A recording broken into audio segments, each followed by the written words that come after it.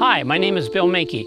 I'm the North Country Trail Association's Regional Trail Coordinator, and I cover the state of Wisconsin. Today we're here to talk about our Trail Adopter program. We will cover things like what does it mean to be a trail adopter and what are your responsibilities. We'll talk about how frequently you should maintain your section of trail.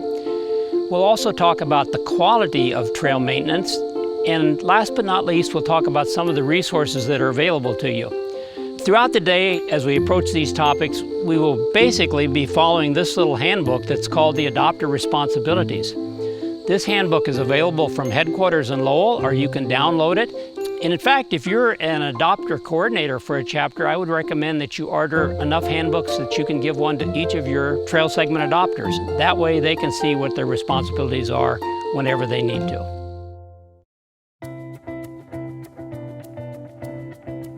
One of the things that you as a trail adopter are responsible for is the blazing along the trail. For the North Country Trail, we use blue rectangular blazes 2 by 6 inches in size.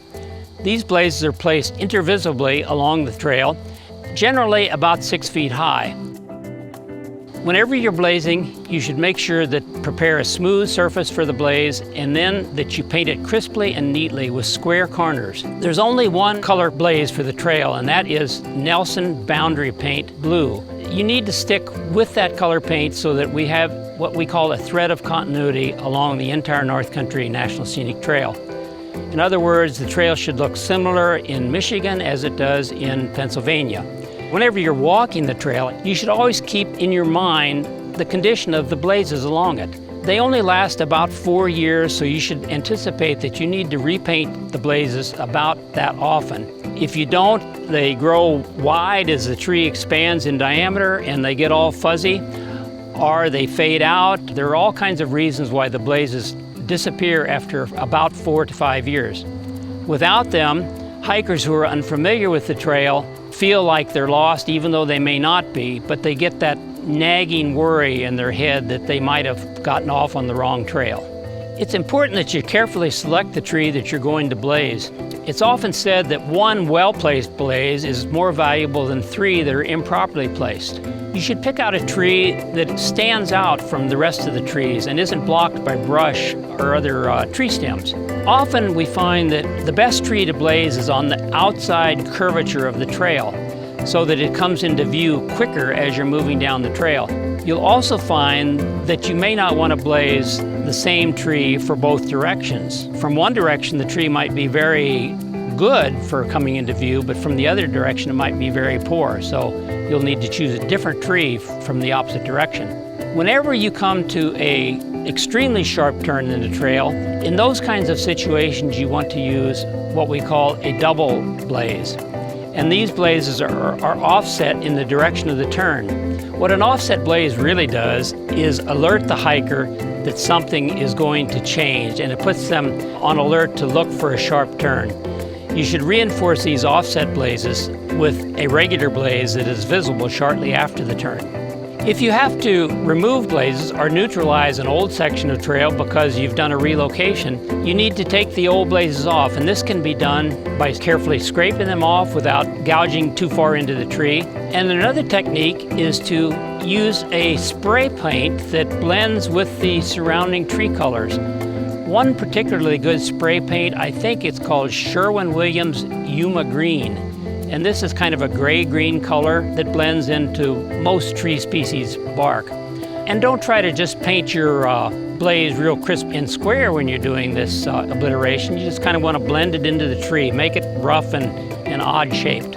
When the trail passes through a community, it still needs to be blazed so that hikers can find their way. But obviously, when you think about it, some communities would not like for you to be splashing paint up on their fancy light poles. To combat that, the National Park Service has come up with what they call the urban blaze. This is the plate that is available so that it can be mounted with stainless steel strapping directly to a light pole or other fixture within a community. Then the blazes go on here, and it looks much more attractive than just a painted blaze to a real high-quality town like Lowell, Michigan.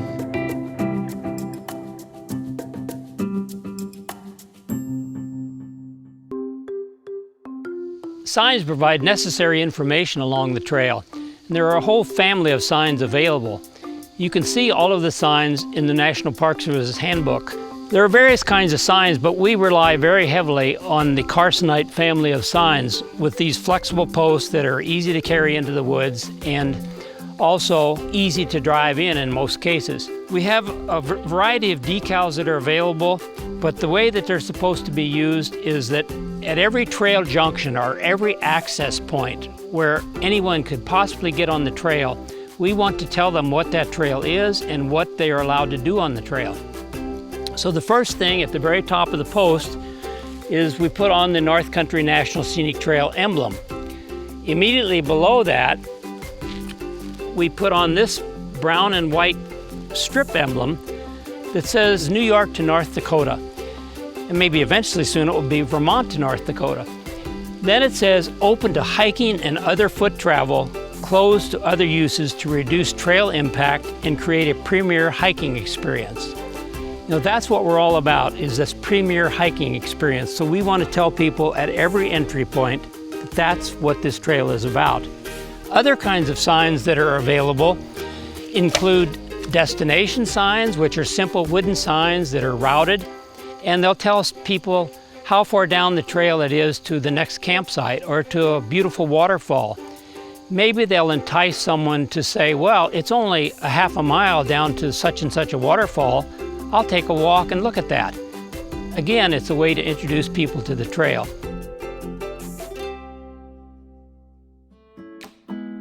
When we talk about the trail tread, we're basically talking about the walking surface of the trail. It should basically be kept smooth and free of debris and rocks and other loose things that you could trip over. As an adopter, one of your jobs is to keep an eye on that. Often as hikers use the trail over years and over quite some time, the trail becomes what we call bermed. In other words, on the outside, downhill side of the trail, a little berm develops.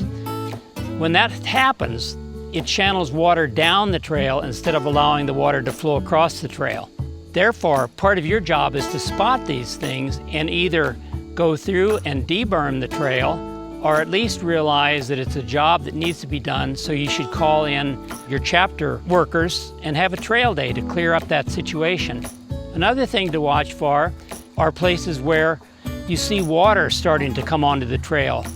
Maybe when the trail was built, it was real dry and there were no little creeklets or drainages that were coming onto the trail, but as you see it throughout the years, you may find that there's a particular place where water enters the trail. In this case, you should do something to divert that water away from the trail. You know, either put in a swale so the water can drain across, or some other technique to keep the trail dry.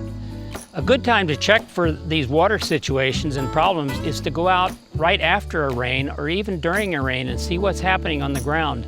You'll see things then that you won't see during a dry period.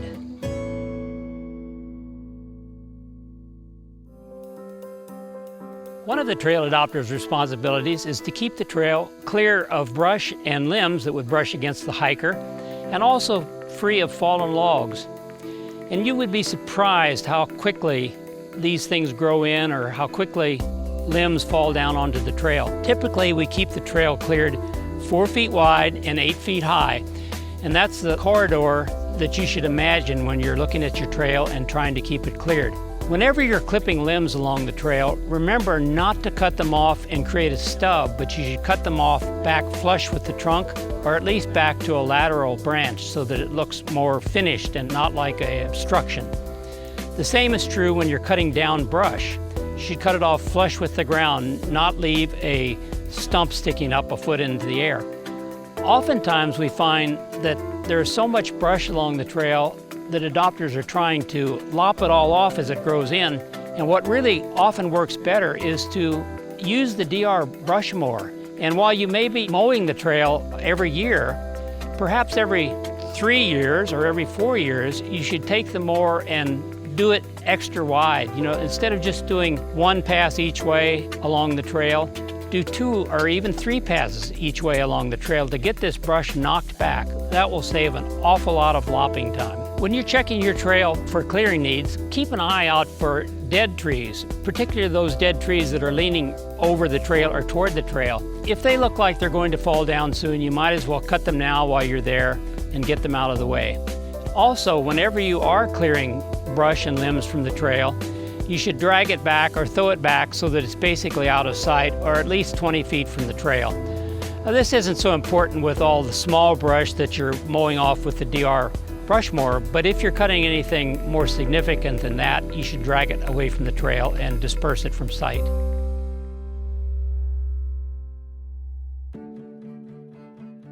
Trail structures are an integral part of the trail. They include things like bridges, puncheon, boardwalk, fence stiles, gates, lean-tos, or campsites. As a trail adopter, what you need to be aware of is to keep a close watch on all of the structures.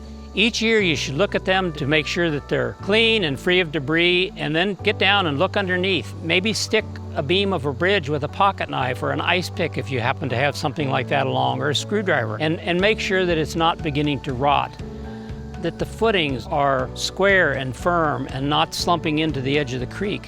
Whenever you find something that is truly wrong with a structure, again, if it's something that is beyond your capability to handle, be sure to report these situations to a chapter officer or leader. In addition to trail structures, there are other things out there that I basically call support facilities or support structures. These are things like campsites, trailheads, register boxes, kiosks, and those sorts of things that are sort of for the convenience or the informative nature of the trail user, rather than to serve as an integral part of the trail itself. Whenever your section of trail has any of these facilities along it, whether it's a campsite or a vista, you need to keep a close watch on those. Keep a close eye on a vista. You know, they were created because they provide this grand view out into an expansive landscape. But if brush starts to grow into them, they're no longer a grand view, so you need to think about those sorts of things and prune out the brush occasionally. If you have a register box along your section of trail, you need to check to make sure that it's in good condition. Make sure that there isn't water leaking into it. Make sure that the register book itself isn't getting too full. Make sure that the register box has a good supply of pens and pencils that are in working condition. And also that the book itself is within a heavy-duty freezer bag to protect it even further than the box itself. If you have a trailhead along your section of trail, it may have a kiosk or other bulletin board type of structure there. Make sure that it has the proper maps and supplies that are supposed to be there, and make sure that the interpretive panel itself is in good condition and not too faded out. At your trailhead kiosk, take a look at the panel that is there. If it's becoming severely faded from the sun, or if it's damaged from some act of vandalism, be sure to report this to your chapter leadership so that they can obtain a replacement in a timely manner.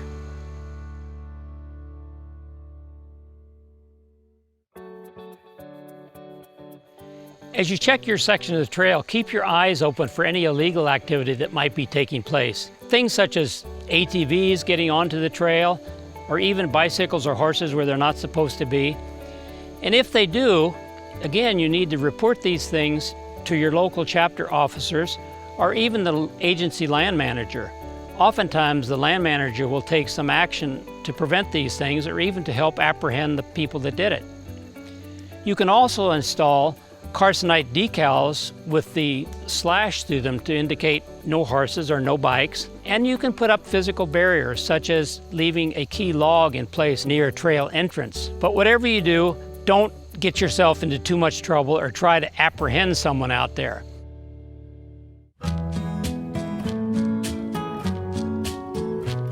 As a trail adopter, an important part of your job is to establish a relationship with the landowner, whether they be a public land managing agency or a private landowner. If you're looking at or working on your section of the trail, take a few extra minutes and stop by the office of the state park or the state forest and just talk to them for a while. Establish a rapport so that they know who you are and what you're doing. If it's a private landowner, it's even more critical to stop in and say hello. Maybe share a glass of cold water with them on the front porch while you talk about the trail. If it's an absentee owner, Things such as an annual Christmas card or a short note thanking them for allowing us to use the trail are very critical to help maintain that good relationship. Thank you for volunteering to be a trail adopter. We really appreciate all that you do for us, and as I said earlier, without you, the trail would cease to exist. I hope that our session has helped you learn some of the skills that you need and some of the things that you should be responsible for. Remember that safety should be foremost in everyone's mind. Also remember that you don't have to do everything yourself, and there are lots of resources available to you. Look at the North Country Trail Association's website and work your way into the Volunteer Resource Center. There are a lot of resources available that can be downloaded and will assist you in your job.